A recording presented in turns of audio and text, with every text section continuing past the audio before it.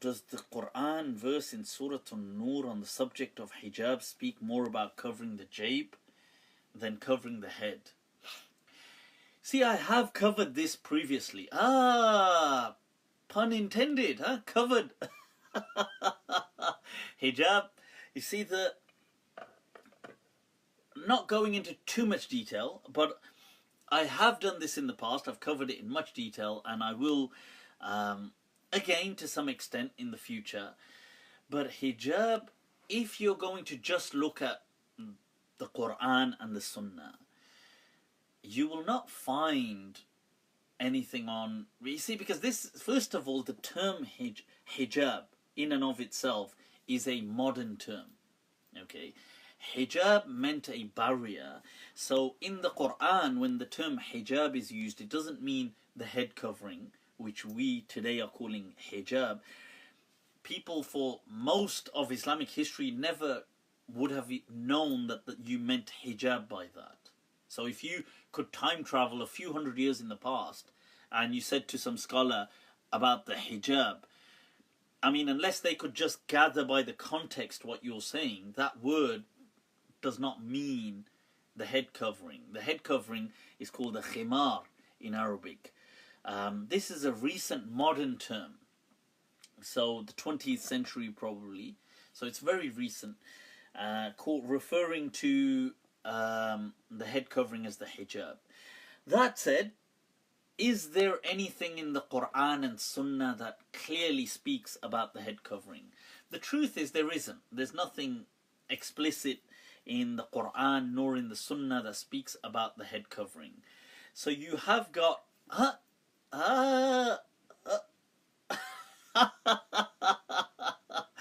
Right, so there is nothing explicit in the Quran or Sunnah. You've got the verse in the Quran, in Surah Al-Nur, which speaks about covering the jayb, the bosoms, the kind of chest area for women. Because the jayb meant a kind of the slit. So it was, because that's which is then also used for a pocket. Because a pocket was in essence a kind of slit. You slit and then you'd create a pocket.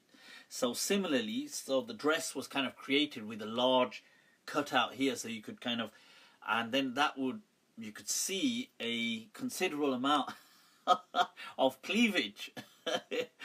So the Quran speaks about covering the bosom, covering the chest area, and it mentions the term use the khumar bi khumarihinna. So the women, a lot of the Arab women did used to wear khimars. So the way they would presumably, here's a towel. If I'm to use this towel, I've got a towel here today. So Allah. So presumably women would cover it like this. So they would do that kind of like wrap it like that. So this was about bringing this over and covering the kind of chest area with it. So just ruined my hair. Right, so this so the point was about bringing this round, what was just kind of just hanging at the back there. Now the question is that was because Allah says, you know, that فَلْيَضْرِبْنَا بِخُمْرِهِنَّ, that let them kind of use their khumar and cover the bosoms. Does this mean that having a khumar, or having the khumar, or the khimar is singular, khumar is plural, not to be confused with khamar, which means alcohol. Otherwise that would be totally different if you say, should cover their bosoms in alcohol. What is going on? They're like, okay.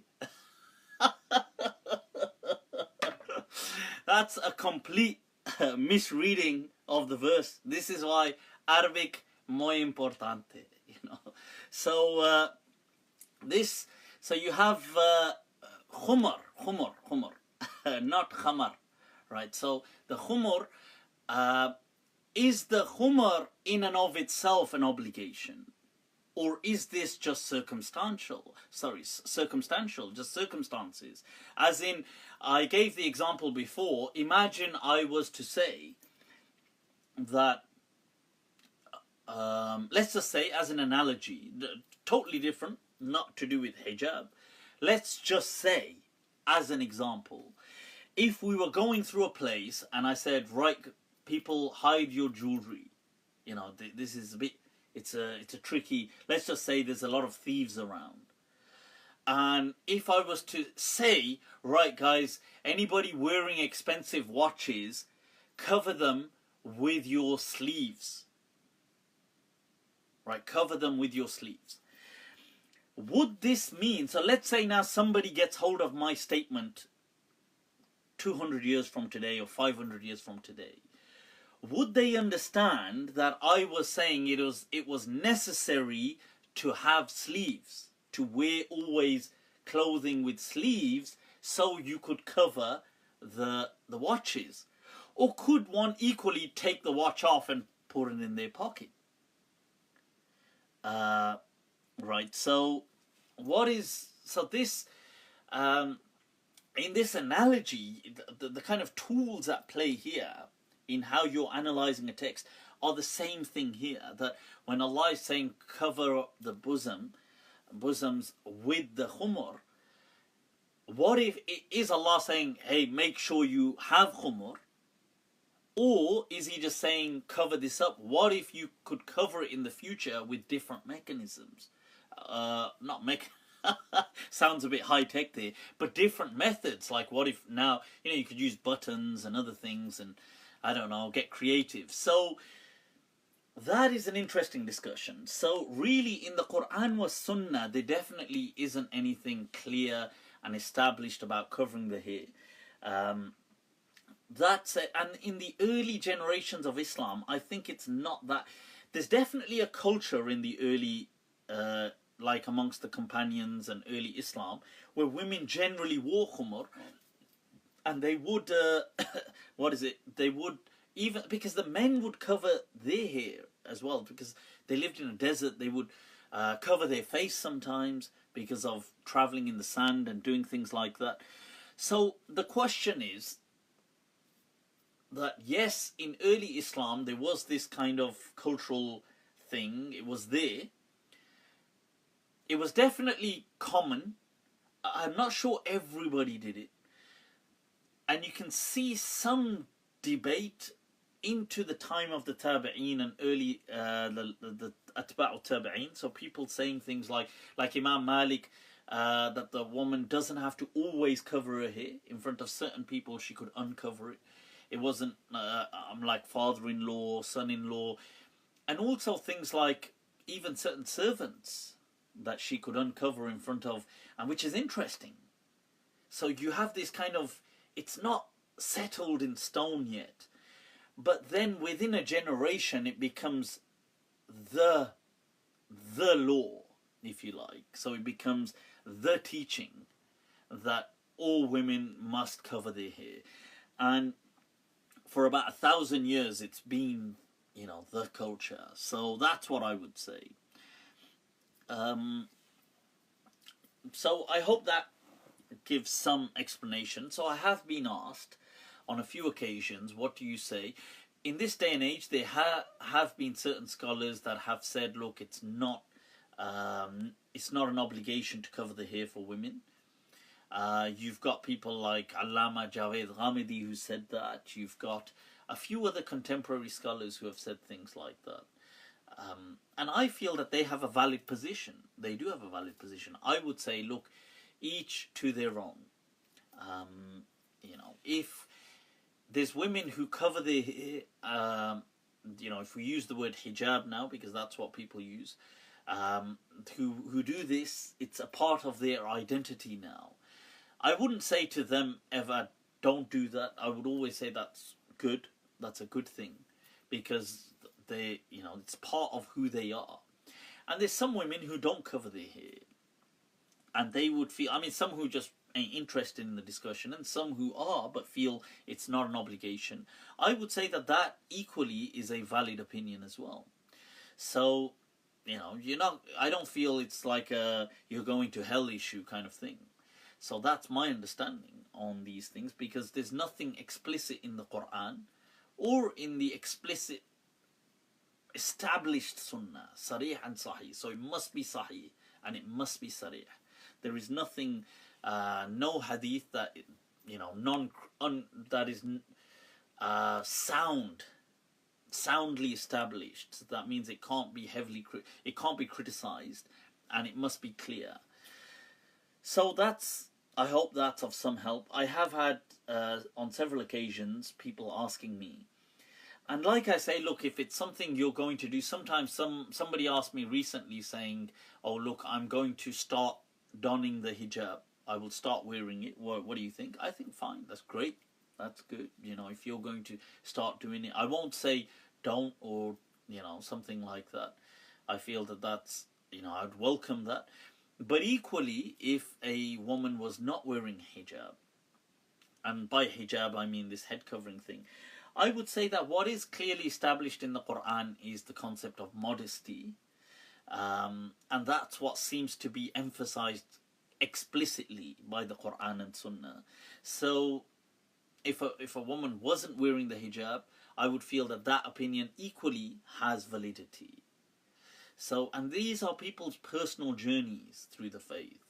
It's not for other people really to impose that on people, and it's not really, it's not really for, for men to say to women that you should be covering your hair when you go out, and you should be, as in to force it. I mean, they could say, well, I believe you should be. Okay, fine, that's your opinion.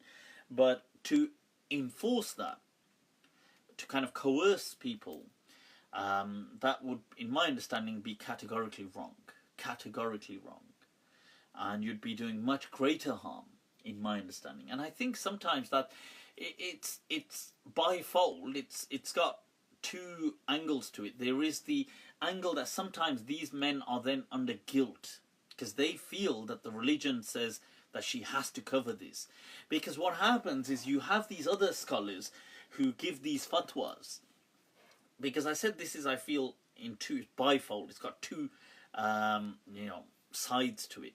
There is one side where people are just insecure men, and that, I think, personally, I think it's their personal, it's an embarrassing weakness, but many people suffer from it. They have, many men are very insecure about women, especially women that they're with, that they feel, oh my god, nobody, oh my god, this woman, guy's looking at this woman, oh my god, oh no, she's gonna run away, oh no, she's gonna have an affair. They have this thing where they treat like, oh my, if a woman isn't fully covered up, then it must just be like full burqa, or it must just be prostitute. There's no bloody hell. It's like either she's like absolutely wrapped up in, I don't know, in duct tape, and it's like in bubble wrap. The Michelin, what's it called? That that kind of man, that robot or whatever it is, right? She's either covered up in bubble wrap, or she's from the horse of Babylon. There's just two different maqams, that's it. Right, beekeeper suits, yeah, exactly. So this is ridiculous. Now, so you do get a lot of people that are very insecure, and so they want the women to be covered up because they can't handle the woman out there, as in they feel, oh my god, even if a man looks at you, that means, what the hell, oh, they feel inept. And this is a weakness and a lacking within. They don't feel like real men. Oh, real men. Because it's true, they lack within. So what they lack within, they try to make without. So there's that. And then what you have is some of these people get into positions of power, these insecure people, and they then guilt trip other people. So they say any guy whose wife is walking around without her hair covered is the youth, and he's like a cuckold, and he's, you know, it's haram. What he's doing is haram and an abomination, and God's la'na is descending upon him. And so you have this kind of cocktail of insecurity mixed with guilt, riddled with guilt. So some guys would probably feel really guilty, thinking, oh my God, I'm being cursed by God. So because of that, they right, people, watch your language, please. I don't know, somebody responding to somebody else. No profanity. Only I exclusively hold the right to that on my own on my own live session.